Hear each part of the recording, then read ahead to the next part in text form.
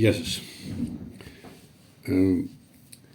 Σε αυτό το βίντεο θα σας παρουσιάσω τον τρόπο με τον οποίο μπορούμε πολύ εύκολα να δημιουργήσουμε με τον εγγονό μας, με το παιδί μας, μια εικονογραφημένη ιστορία. Για την δημιουργία της χρησιμοποιούμε μια εφαρμογή της Google που λέγεται Storybook και η οποία είναι πολύ εύκολη στη χρήση, δεν χρειάζεται δηλαδή ιδιαίτερες γνώσεις. Το μόνο που χρειάζεται είναι ένας υπολογιστής, πρόσβαση στο ίντερνετ, ένα τετράδιο, ένα μολύβι και φαντασία. Θα ξεκινήσουμε με το μολύβι και το τετράδιο. Καθόμαστε με το παιδί και γράφουμε μαζί την ιστορία που φαντάστηκε ή που του αρέσει. Ανάλογα με την ηλικία του, θα είναι και προτάσεις ή η συμμετοχή του. Είναι μια πολύ καλή εξάσκηση και πάνω στο σκέφτομαι και γράφω. Γράφουμε λοιπόν την ιστορία μας στο τετράδιο, όπως μας τη λέει ο μικρός, τον βοηθούμε κι εμείς. Γράφουμε τους διαλόγους αν χρειάζεται και όταν την τελειώσουμε ανοίγουμε τον υπολογιστή μας. Για να δημιουργήσουμε λοιπόν την ιστορία ανοίγουμε έναν φιλομετρητή. Εγώ θα χρησιμοποιήσω τον Chrome της Google. Εσείς μπορείτε να χρησιμοποιήσετε όποιον θέλετε. Και στην γραμμή διευθύνσεων, εδώ πάνω δηλαδή, πληκτρολογούμε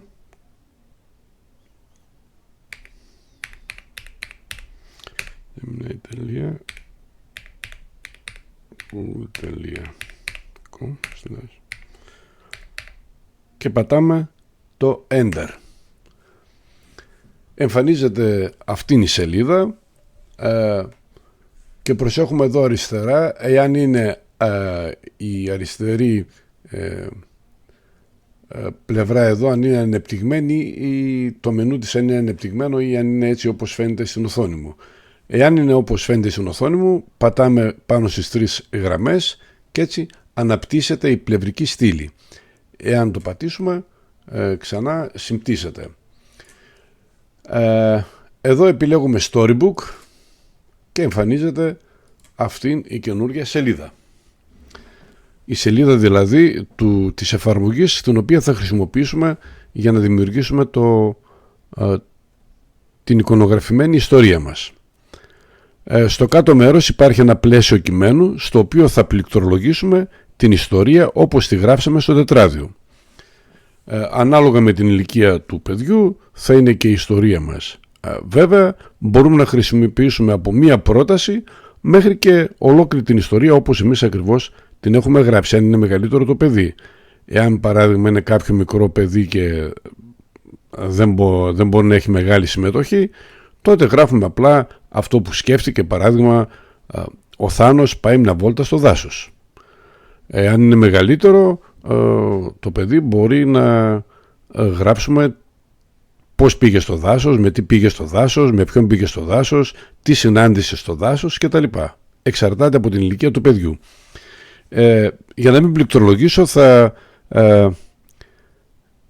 θα κάνω επικόλληση μία ιστορία που κάναμε πριν 2 μέρες με τον εγγονό μου, ο οποίος ήθελε, λέει, να απελευθερώσει αυτός τον Νέμο και τα υπόλοιπα ψαράκια από το ενιδύριο του οδοντίατρου και αυτό επειδή είδε την ταινία Νέμο.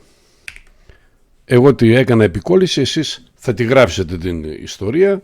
Όπως βλέπετε στο τέλος έχω σε εισαγωγικά μία πρόταση που λέει «Γεια σου Θάνο, σε ευχαριστούμε πολύ, είσαι ο ωραίος μας». Αυτήν την πρόταση θέλω να εμφανιστεί στην ιστορία όπως ακριβώς την έχω γράψει. Αυτό μου είπε ο Θάνος, αυτό έγραψα.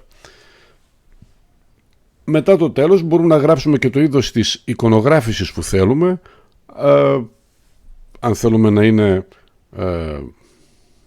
η εικονογράφηση να είναι vintage, καρτούν, αν θέλουμε να είναι τρισδιάστατη, κάντε μια αναζήτηση στην Google και ρωτήστε για τα είδη εικονογράφησης μιας παιδικής ιστορίας και θα σας τα εμφανίσει όλα. Μπορείτε όμως να μην βάλετε και τίποτα και θα δείτε πώς θα εμφανιστεί. Αφού λοιπόν γράψουμε την ιστορία μας,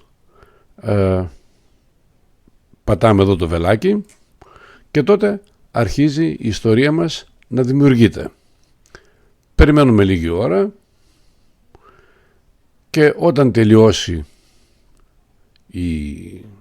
η εφαρμογή θα εμφανιστεί αυτό που βλέπετε εδώ. Αυτό έκανε για με αυτά που του γράψαμε, αυτήν την ιστορία δημιούργησε. Ο Θάνος και η μεγάλη απόδραση των ψαριών. Αν πατήσουμε εδώ που λέει ακρόαση, τότε η μεγάλη απόδραση των ψαριών στο φωτεινό γραφείο ενός οδοντίατρου μέσα σε ο υπολογιστής διαβάζει την ιστορία και συγχρόνως γυρίζει τις σελίδες. Όπως βλέπετε, η εικονογράφηση είναι πάρα πολύ ωραία και διαβάζει το κείμενο της σελίδας στην οποία είμαστε. Ο Θάνος έτρεξε στον ο Νέμο ταξίδεψε γρήγορα μέσα πίσω στο γραφείο. Έτσι λοιπόν. Σύντομα, ο Λίνος Δημιουργεί μια μικρή ιστορία 10 σελίδων. Εάν επιλέξουμε αυτό το εικονίδιο, μπορούμε να αντιγράψουμε τον σύνδεσμο της ιστορίας μας και να το στείλουμε σε έναν γνωστό μας, σε έναν φίλο μας ή να το ανεβάσουμε στα μέσα κοινωνικής δικτύωσης. Εάν επιλέξουμε αυτό το εικονίδιο με το βελάκι που δείχνει προς τα κάτω, τότε θα γίνει λήψη του αρχείου σε μορφή PDF. Μπορούμε να το χρησιμοποιήσουμε για εκτύπωση ή για οτιδήποτε άλλο. Πρέπει να έχουμε υπόψη ότι αυτές οι μικρές ιστορίες δεν μπορούν σε καμιά περίπτωση να αντικαταστήσουν το καλό παιδικό βιβλίο, με το οποίο βέβαια πρέπει να είναι γεμάτο το δωμάτιο του παιδιού. Είναι όμως μια ευχάριστη και δημιουργική απασχόληση, μπορεί να βοηθήσει το παιδί στο να συντάσει προτάσεις, η φαντασία του να λειτουργήσει, είναι μια από κάθε άποψη δημιουργική εργασία. Πρέπει να επιμείνουμε στο πρώτο μέρος με το τετράδιο, να γράφουμε, αν θέλει μπορεί και να σχεδιάσει και αυτός κάτι, είναι σημαντικό και αυτό. Αυτός είναι ο τρόπος με τον οποίο μπορούμε να δημιουργήσουμε αυτές τις μικρές ιστορίες. Βέβαια πρέπει να έχετε υπόψη ότι όσοι χρησιμοποιείτε την ελεύθερη έκδοση έχετε έναν περιορισμένο αριθμό ιστοριών που μπορείτε να κάνετε την ημέρα. Δεν θυμάμαι πόσες είναι. Εάν κάποιος είναι συνδρομητής στο πρόγραμμα Pro, ας πούμε όπως είμαι εγώ, τότε έχει μεγαλύτερο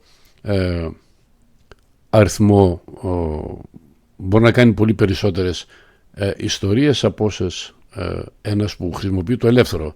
Βέβαια και το ελεύθερο είναι αρκετό εάν θέλουμε να κάνουμε, απλά μπορεί εάν θέλουμε να κάνουμε κάποιες περισσότερες διορθώσεις, ίσως χρειαστεί να συνεχίσουμε την επόμενη μέρα. Αλλά αν δεν πειράζει κάποιον αυτόν, τότε η ελεύθερη έκδοση είναι υπεραρκετή. Αυτά λοιπόν, καλές δημιουργίες.